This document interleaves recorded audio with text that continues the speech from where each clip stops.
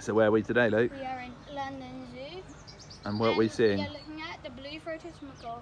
These are one of the rarest species of macaw. Mainly fruit, but also nuts and seeds.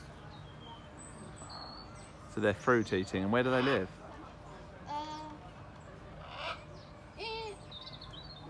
In the palm tree forest in the palm tree forest of Bolivia. Bolivia, yeah. So that's South America, yeah?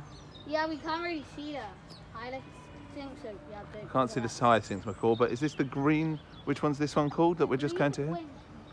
Oh, these are awesome. Bright red. Bright red. So tell us about the green-winged macaw. These shy parrots may mate for life.